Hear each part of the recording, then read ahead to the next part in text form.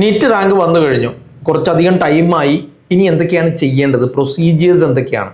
Kerala റാങ്കിലേക്ക് convert ചെയ്യാൻ എന്തൊക്കെ ചെയ്യണം? ഓൾ ഇന്ത്യ റാങ്ക് കൊണ്ട് ഏതൊക്കെ കോളേജിൽ എവിടെയൊക്കെ കിട്ടും? വരാൻ പോകുന്ന കട്ട് ഓഫ് എന്തായിരിക്കും? 27,000-ലേക്ക് നിന്ന് 29,000-ലേക്ക് എത്തോ? 30,000 കടക്കോ? 31-ലേക്ക് എത്തോ? ഇത്തരം കാര്യങ്ങളിൽ ഭയങ്കര സംശയങ്ങളുണ്ടാവും.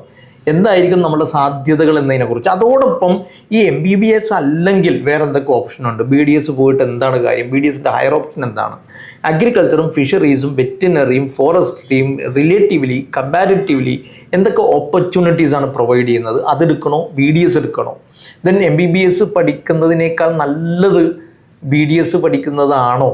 അതല്ല അഗ്രികൾച്ചറും ഫിഷറീസൊക്കെ എടുക്കുകയാണ്, ഒരുപാട് കാലം ഇങ്ങനെ കുറേ അധികം പഠിക്കുന്നതിനേക്കാൾ നല്ലത് കുറച്ച് പഠിച്ച് വേഗം ജോലി കിട്ടുന്നതാണോ?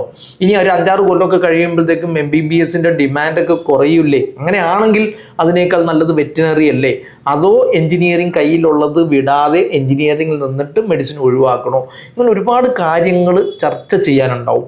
കോഴ്സുകളുടെ സാധ്യതകൾ, ഓരോ കോഴ്സിൻ്റെയും higher studies options, government job സാധ്യതകൾ, ദെൻ റാങ്ക് വെച്ച് കിട്ടാൻ സാധ്യതയുള്ളത്, ഹയർ ഓപ്ഷൻ എന്താണ്, ലോവർ ഓപ്ഷൻ എന്താണ്, ഓപ്ഷൻ കൊടുക്കുമ്പോൾ ശ്രദ്ധിക്കേണ്ട കാര്യങ്ങൾ എന്താണ്, കോളേജ് പ്രിഫറൻസിൽ ശ്രദ്ധിക്കേണ്ടത് എന്താണ്, ഇത്തരം കാര്യങ്ങൾ വിശദമായി ചർച്ച ചെയ്യുന്ന വെബിനാർ ഈ വരുന്ന തിങ്കളാഴ്ച നടക്കുകയാണ്. 6 മണി മുതൽ 8 മണി വരെയാണ് ആ വെബിനാറിൽ നിങ്ങൾക്ക് വിശദമായി ഇത്തരം കാര്യങ്ങൾ ഞാനുമായി ചർച്ച ചെയ്യാം, ഒരു തീരുമാനത്തിലെത്താം. ഏതായാലും ഈ സുവർണാവസരം ഉപയോഗിക്കുക, അവസരം നഷ്ടപ്പെടാതിരിക്കുക. തീർച്ചയായിട്ടും നമുക്ക് വെബിനാറിൽ കാണാം. Bye bye.